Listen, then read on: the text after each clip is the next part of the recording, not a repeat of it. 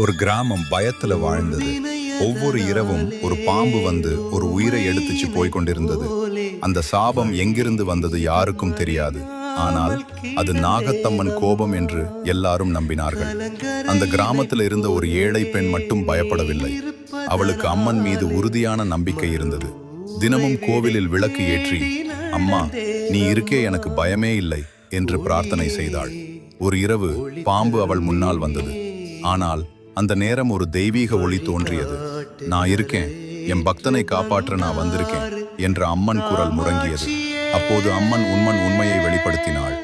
இந்த கிராமத்திலே ஒரு காலத்தில் ஒரு நிர்பராத நாகத்தை கொன்றதால் இந்த சாபம் வந்தது என்று. பாம்பு அந்த பெண்ணை தாக்க வரும்போது, என் பக்தனை யாராலும் தொட முடியாது என்று அம்மன் கோபமாக கூற, அந்த பாம்பு அமைதியாக தலை குனிந்தது. அந்த ஒரு பெண்ணின் நம்பிக்கை காரணமாக அம்மன் அந்த சாபத்தை நீக்கி கிராமத்தையே காப்பாற்றினாள். அந்த நாளிலிருந்து அந்த கிராமம் அமைதியாக வாழ ஆரம்பித்தது. நம்பிக்கை வைத்தவனை தெய்வம் ஒருபோதும் கைவிடாது என்பது அனைவருக்கும் உண்மையாக புரிந்தது.